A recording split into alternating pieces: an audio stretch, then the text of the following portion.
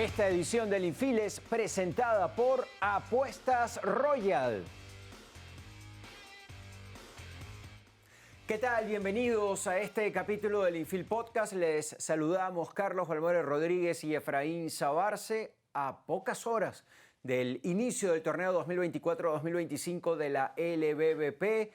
Hoy en el Universitario, a partir de las 7 de la noche, los vigentes campeones del béisbol venezolano y del Caribe, los Tiburones de La Guaira, recibirán a los Navegantes del Magallanes. ¿Será este, Carlos, un torneo con algunas novedades con respecto a los anteriores, también con la continuidad de políticas o normas de reciente ejecución en la Liga Venezolana de Béisbol Profesional? Todo eso pues fue abordado en la rueda de prensa del día martes acá en Caracas, que entre otras cosas pues dejó la reafirmación de la normativa aplicada, no tal vez de manera tan rigurosa como entiendo se pretende a partir de hoy en la liga, y que tiene que ver con esa que busca evitar, y en el caso de realizarse, sancionar las expresiones exageradas de celebración que puedan ser, Carlos, percibidas como un irrespeto al rival, es decir, lo que comúnmente se denomina, y yo confieso, me desagrada el término, perreo. Así es, Efraín. Vamos a recapitular sobre este punto porque recuerden, ya lo apuntaba Efraín, esta fue una normativa contingente que ya se aplicó en el pasado al margen de las condiciones de campeonato. Fue una normativa ad hoc específica para un momento ante una situación de posible desborde de las emociones y del comportamiento en el campo. Ahora sí va a entrar de lleno en el cuerpo legal de la temporada 2024-2025. Esto, por supuesto, tiene sin duda, Efraín y amigos del Infil, problemas de aplicabilidad, porque es un terreno subjetivo el de las celebraciones exageradas o que puedan tomarse como irrespeto y no como genuino gozo por un éxito en particular en un momento del compromiso. Porque ciertamente hay acciones obvias. Es decir, si hay un corredor que da un jonrón y da la vuelta al cuadro de espalda, bueno, eso es evidentemente un gesto, digamos, de desafío, de reto o de irrespeto, si se quiere, para el contrincante. Pero no todo es así. Hay una serie de zonas grises y allí es donde va a venir el problema para los árbitros y, por supuesto, para la liga a la hora de establecer qué se puede hacer y qué no en este particular. Yo creo que esa es parte de la problemática que va a tener esta normativa de la cual se habló en la rueda de prensa de presentación del torneo 2024-2025 en la Liga Venezolana de Béisbol Profesional. Fíjate, Carlos, que resulta tan subjetivo el hecho que se pretende normar o sancionar, que tú pones un ejemplo particular, determinado, la posibilidad de correr las bases de espaldas después de un cuadrangular. Entiendo que tú interpretas eso como un irrespeto al rival. Sí, se puede interpretar fácilmente como eso. Yo lo interpreto no como un irrespeto al rival, pero sí como una bufonada, que creo deja muy mal a quien pretendería hacer eso. Y eso me lleva a mí a pensar en los umpires, porque a fin de cuentas, quienes pudiesen comenzar o quienes pudiesen no, quienes uno entiende van a tener que empezar a impartir justicia en el terreno a partir de lo que pueda ocurrir son los umpires, a través de una expulsión, a través de una advertencia, a través de un informe enviado a la liga. Yo creo que a los umpires los ubica en una situación, los pone en una situación compleja, porque al ser un hecho tan subjetivo, lo que se pretende normar, pues va a ser objeto de mucha discusión, de mucha polémica. El lanzar un bate, por ejemplo, bueno, lo lanzaste hacia arriba, ¿cuántos metros hacia arriba es un irrespeto o no el lanzar un bate? ¿Cuántos metros o centímetros hacia un dogado u otro puede ser un irrespeto? Pues bueno, ¿a partir de dónde entonces lo podemos considerar como tal o no? O una celebración legítima y digna de un deportista que pues no pretende humillar al rival, sino simplemente celebrar su logro. No sé cómo lo ves tú. O sea, yo pienso en este momento particularmente en los umpires. Sí, claro, porque es un tema, como decíamos, de aplicabilidad, de saber y de determinar de tú toda la gama de conductas que tendría que normar esta legislación. O sea, desde eso, pues desde cuánta altura puede permitirse alzar un bate, qué tipo de miradas, qué tipo de gestos se pueden considerar perreo, se puede considerar irrespeto, se puede considerar afrenta para el adversario y no genuina y legítima euforia por el éxito alcanzado. Y insisto, o sea, así como hay cosas tremendamente obvias, hay muchas zonas grises. Y en esas zonas grises es donde se puede presentar el inconveniente para los árbitros primero y después para la liga, que es quien tiene que imponer las multas, las sanciones a las cuales hubiese lugar. Esto va a ser un reto, va a ser un desafío para la liga y me llama la atención, Efraín, el hecho de que esto haya levantado una polvareda. Cuando esto se conoció, hubo por redes sociales respuestas muy enconadas de gente a favor y de gente en contra. Es decir, en realidad es un tema para el público en general. Esto, si se debe normar las celebraciones para que no se conviertan en irrespeto y sean una posible fuente de conflicto. Uno entiende la necesidad de la liga, el deseo de la liga de llevar la fiesta en paz, de manera civilizada y evitar tanto como sea posible provocaciones que alteren la armonía o por lo menos el trato civilizado entre contrincantes. Pero sin duda va a generar muchísimas discusiones cuando esto en definitiva se aplique. Fíjate, te pongo otro ejemplo, un ejemplo muy reciente. El deslizamiento anoche en el Kauffman Stadium de Kansas City de Michael García en segunda fue recibido allí por Anthony Volpi. A partir de ese deslizamiento y de la manera, interpreta uno cómo Volpi con su guante golpeó en el pecho a Michael García, pues hubo una escaramuza, se vaciaron los dugouts. ¿Qué interpretación puede tener uno de lo que ocurrió allí? Hubo mala intención por parte de Michael García, hubo provocación por parte de Anthony Volpi. Fíjate, Carlos, lo difícil que puede ser tratar de juzgar o sancionar una acción propia del béisbol, como fue esa de anoche ahí en ese juego. Claro, hay un asunto. En Major League Baseball también ocurren estas celebraciones estentorias. y no están reglamentadas.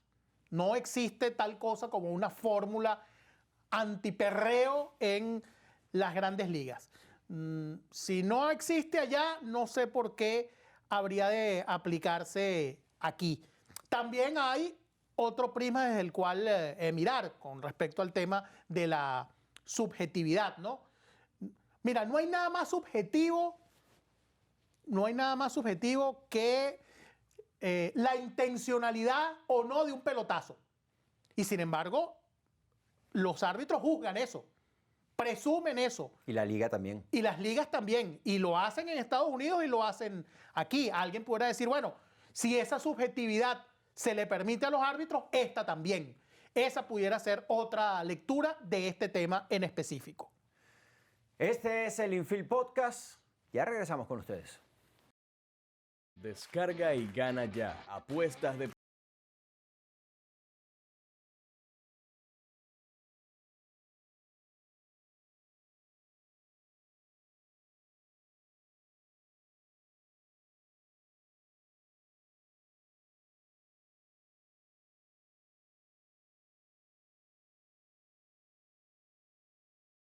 com.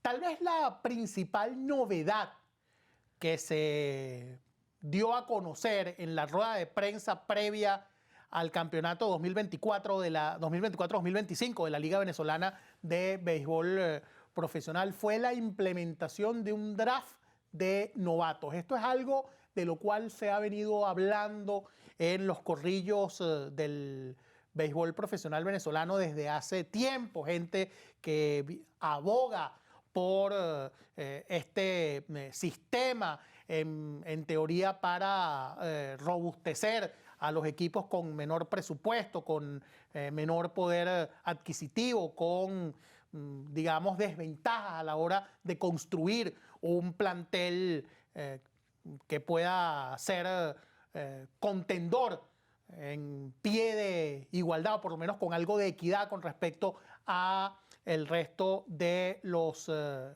contendientes.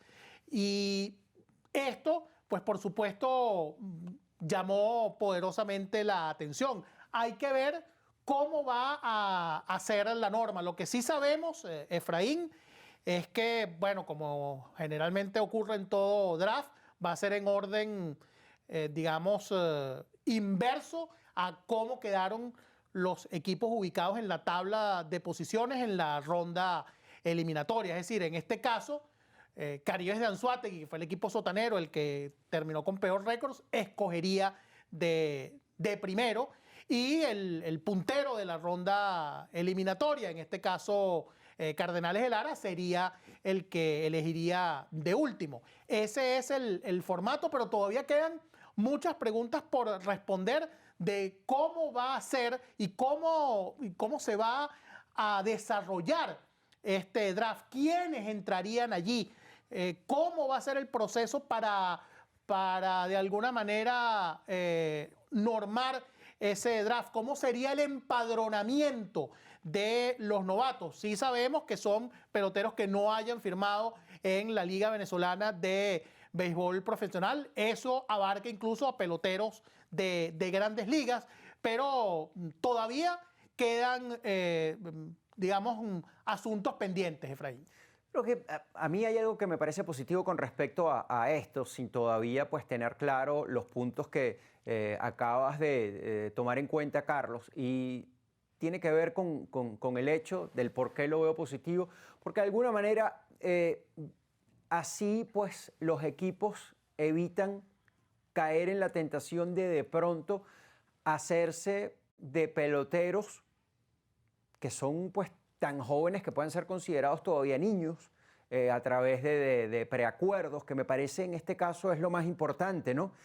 Si bien, ahí se habló de 16 años. Sí, si bien es algo que en Grandes Ligas está reglamentado, la firma de peloteros fuera del territorio estadounidense no deben ser menores a 16 años, pues sabemos, resulta muy obvio que, pues bueno, hay preacuerdos Eso existe. Entonces, yo la verdad, yo no puedo ver bien eso, porque eso incentiva a que un niño que debería estar pues dedicando su tiempo al estudio, a la preparación académica y, ¿por qué no?, también, por supuesto, a la preparación, la recreación deportiva, pues se convierta en un pelotero profesional siendo un niño en vez de estar estudiando, sin, por cierto, tener garantía alguna de que vaya a funcionar como pelotero. Sí, tal vez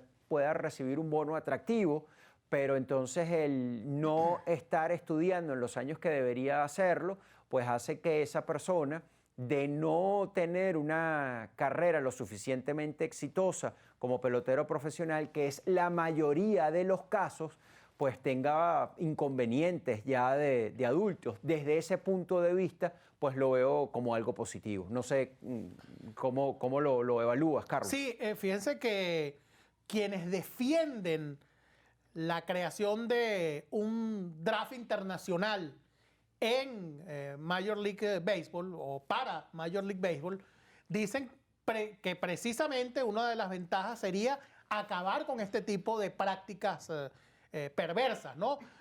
Básicamente de explotación infantil. Habría que ver si eso tendría un correlato en la Liga Venezolana de Béisbol Profesional. Ese es uno de los elementos más serios que tiene la industria del béisbol profesional, Efraín, ese tema de los niños, de cómo se convierte a niños en adultos con responsabilidades laborales, algo que no debe ocurrir y que sin embargo ocurre incluso con la venia de los padres y representantes, porque esa es la realidad. Es un tema y ojalá que iniciativas como el draft de alguna manera coadyuven a que esta práctica se erradique o al menos se combata con algo de eficacia. Ojalá, Carlos, y ya para hablar de otro tema relacionado a este inicio de la temporada 2024-2025 de la LBBP, el reloj de control de tiempo entre envíos pues funcione en todos los estadios como distinto a lo que lamentablemente pues, ocurrió el año pasado, donde había sedes como por ejemplo Valencia, el José Bernardo Pérez de Valencia, escenario en el cual pues con muchísima frecuencia veíamos cómo en el tercer, cuarto inning aproximadamente pues el reloj dejaba de funcionar porque no pues cumplía su misión de manera óptima como debería ser. Se ha prometido que para esta temporada eso va a funcionar en todos los estadios. Creemos y creo que lo hemos hablado, Carlos, en otras oportunidades, que es una medida positiva considerando el éxito que ha tenido esto durante las dos últimas temporadas del béisbol de las Grandes Ligas. Y en la tónica de la homologación de normas, de reglas entre Major League Baseball y la Liga Venezolana de Béisbol Profesional, se inserta también la aplicación del ensanchamiento del carril, ¿no? de carrera entre home y primera. Eso es algo que ya se implementó en las Grandes Ligas en 2024. Se va a aplicar en la LBBP en el capítulo 2024-2025. Creo que es necesario justamente para tener esa sintonía entre unas ligas asociadas como son Major League Baseball y la Liga Venezolana de Béisbol Profesional. Ha habido gente que ha hablado con respecto a, bueno, ¿por qué si esta liga es venezolana? Y la verdad es que, pues bueno, es tan venezolana que está organizando torneos de manera ininterrumpida desde 1946 a esta parte y eso ha ayudado a que sea el evento, el campeonato del béisbol profesional venezolano de mayor trascendencia de la industria del entretenimiento en Venezuela. ¿Por qué no tiene sus propias reglas? Yo creo que en estos casos específicos es importante pues y aunque en algunas oportunidades sea antipático decirlo, que se baile al son y al ritmo que pues toquen en Major League Baseball, porque imagínense ustedes de pronto que una organización determinada, una organización de grandes ligas tenga a un lanzador en formación y que de pronto exista la posibilidad de que ese lanzador, que ese prospecto, que ese muchacho muy talentoso lance en Venezuela. Sería lógico para esa organización de grandes ligas que lo hiciera con reglas distintas, por ejemplo, en cuanto al ritmo de trabajo, producto del reloj de control de tiempo, a lo que hay en lo que se denomina béisbol organizado. Yo creo que con mucha lógica, pues esa franquicia, esa organización de las mayores no vería con buenos ojos su participación acá. Sí, sí, al pelotero le conviene que las reglas allá en Estados Unidos y aquí sean las mismas para, digamos, para poder adecuarse mejor y entendiendo, por supuesto, que la liga hegemónica del béisbol en el mundo es Major League Baseball. Eso es un dato de la realidad, pues. Eso es algo que hay que asimilar en un caso como este. El otro asunto tiene que ver con la continuación del programa antidopaje. También en otras oportunidades hemos dicho, incluso, Carlos, cuando se dejó de realizar, que para la liga, aun cuando eso desde el punto de vista económico representa un esfuerzo importante, el mantenerlo vigente, es necesario que continúe. No puede ser visto como un gasto, sino como una inversión. Y por eso pues nos parece tan positivo que el programa se mantenga, que continúe y que se actualice de acuerdo a las necesidades y a la realidad que año a año en el deporte pues se nos va presentando. Sí, sin duda es un punto a favor que se mantenga el programa antidopaje. Creo que fue un retroceso y uno entiende las razones por las cuales se retrocedió, pero fue un retroceso haber dejado de aplicar el programa antidopaje. Su implementación contribuye a la limpieza del juego, a la legitimidad del juego y de los logros individuales y personales de cada pelotero. Bien, así termina esta entrega del Infield Podcast. Estuvimos con ustedes Carlos Belmore Rodríguez y Efraín Sabarce. Los invitamos a reencontrarnos durante la próxima semana. Este episodio del Infield Podcast fue presentado por Apuestas Royal.